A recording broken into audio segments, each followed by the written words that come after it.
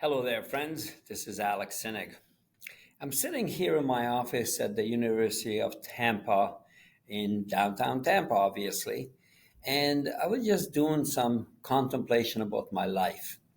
I turned 74 years old this year, and I was doing a little bit of reflection of my journey from the beginning. Obviously, look at my birth country, Hungary. I was born in 1949, September the 9th to be exact, on the Balaton, which is a big, big lake, and it's a beautiful, beautiful area. And in 1963, we came to Canada.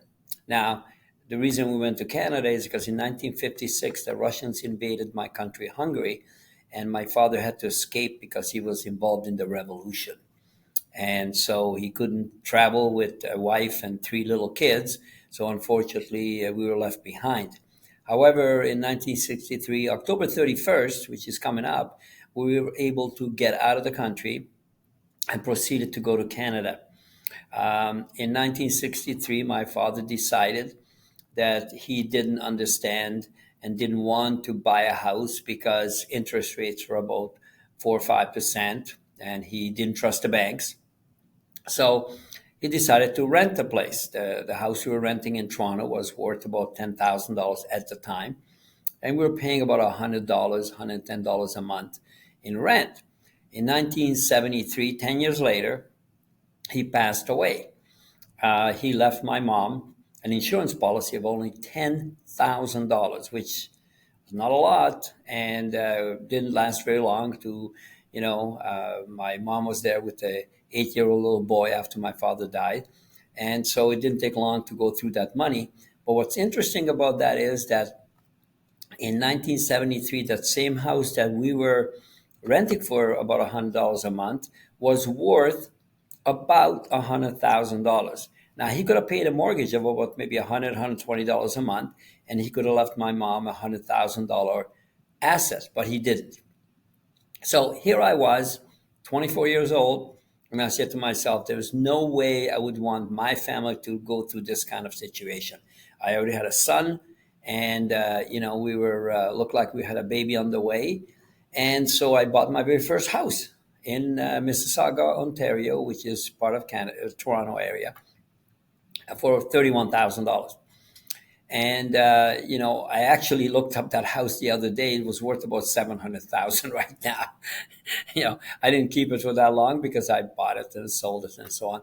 So what I decided to do is, once I realized that there's two things that you really need to look at in your life. You need to look at your health and your fitness, because my dad, he was a heavy smoker, and he didn't really take that great care of his health. So unfortunately, he passed away at a young age of 63.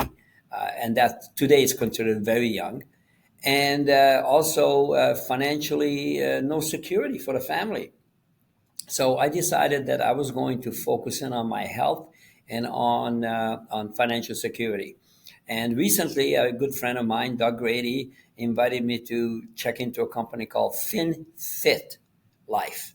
The company is located here in Tampa, and they focus on two parts of your life. Number one is your financial health, and number two is your physical health. And I love that whole concept of taking care of your body and taking care of your finances in order to take care of your family.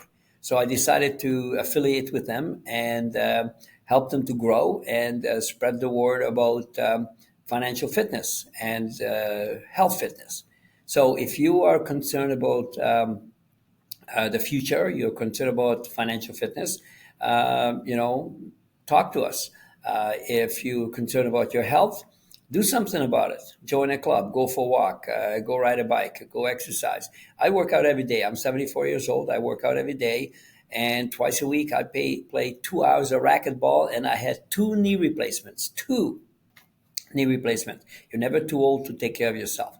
The reason I wanted to tell you this little story is because I want to inspire you, whether young or old, that you need to make sure that you take care of this beautiful body that you were given, And also take care of your finances. I have a large insurance policy in the event of my demise to take care of my family, and also took care of my finances so that they're not going to be left without anything. So think about that. Think about where are you today in two places. Number one, financial wealth, financial fitness, and your physical fitness. And if you look in your bank account and you see how much money you got in there right now saved and saved in assets, and you divide it by the number of years you've been alive and working, and you kind of look at that. And I know people that don't have $10,000 in the bank. And I say to them, "You're 50 years old. Don't have 10,000 in the bank. Wow, you need to take care of your finances, and you need to take care of your physical health." Anyways, I'm just rattling on talking about this stuff. But here's what I want you to do. If you are really concerned to make sure that you're going to be living a long, healthy life and having enough money so that you don't run out of money. It'd be a shame to live longer than your money. My plan is to, die before all my money runs out. So, anyways, have yourself a great day. This is Alex Szinegh. If you have some questions for me, get a hold of me. Send me a message, DM me, send me a message on my phone, text me, 702-334-5570. Have yourself a fabulous day.